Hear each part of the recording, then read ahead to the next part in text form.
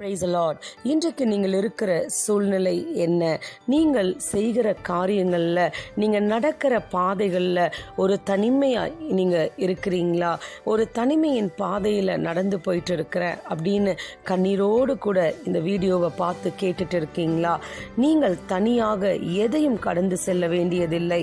தேவன் எப்பொழுதும் உங்களுடனே இருக்கிறார். ஏசப்பா எப்பொழுதும் உங்களுடனே இருக்கிறார். எதிர்காலத்தை குறித்து நீ கலங்கும் போதெல்லாம் நீ நினைவில் கொள்ள வேண்டியது, இதுவரை நடத்தியவர் இனியும் நடத்துவார். ஏசப்பா அநேக வாக்குத்தத்தங்களை உங்களுக்கு தந்திருக்கிறார். இன்றைக்கு உங்களை பார்த்து தேவன் சொல்கிறார், நீ பயப்படாமல் அமர்ந்திருக்க பார், உன் இருதயம் துவள வேண்டாம்.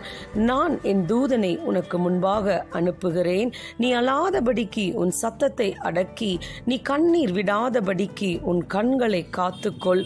உன் கிரியைக்கு பலனுண்டு.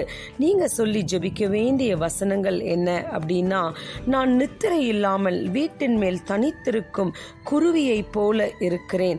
சமாதானத்தோடு படுத்துக்கொண்டு நித்திரை செய்வேன். கர்த்தாவே, நீர் ஒருவரே என்னை சுகமாய் தங்க பண்ணுகிறீர் அப்படின்னு சொல்லி ஜெபியுங்க. ஏன்னா விசுவாசிக்கிறவனுக்கு எல்லாம் கூடும்னு வேதத்துல வசனம் சொல்கிறது. நீங்க இப்படி ஜெபிக்கும் பொழுது, நான் உன்னை விட்டு விலகுவதும் இல்லை, உன்னை கைவிடுவதும் இல்லை என்று ஏசப்பா சொல்கிறார்.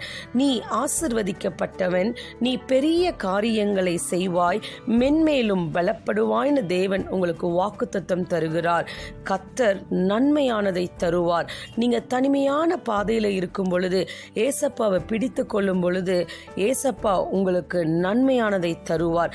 கர்த்தர் உங்களையும் உங்கள் குடும்பத்தையும் ஆசிர்வதிப்பார். God bless you.